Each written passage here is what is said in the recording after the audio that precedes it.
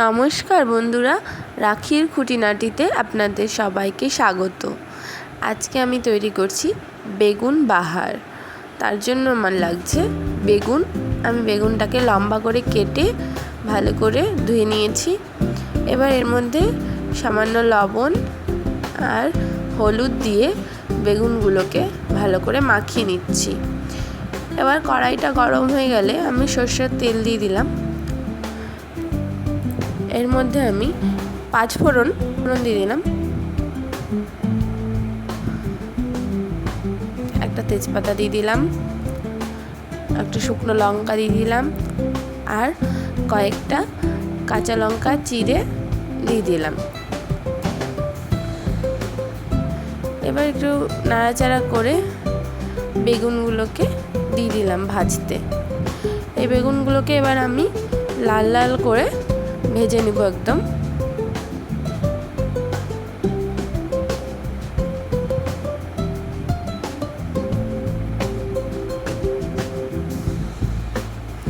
এই যে আমার বেগুনগুলো ভাজা হয়ে গেছে, দেখুন একদম লাল হয়ে গেছে।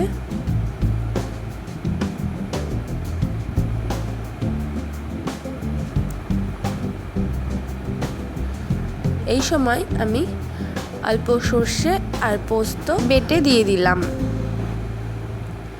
একটু মশলার জলটাও দিয়ে আবার ভালো করে নাড়াচাড়া করে নিব।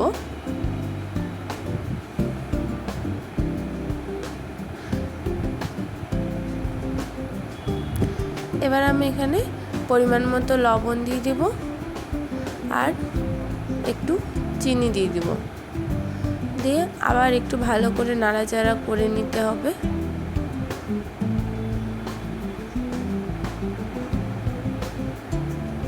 এবার একদম শেষে আমি এর মধ্যে সামান্য সর্ষের তেল দিয়ে দিচ্ছি, দিয়ে ভালো করে নাড়াচাড়া করে নামিয়ে নিলেই আমাদের বেগুন বাহার একদম রেডি।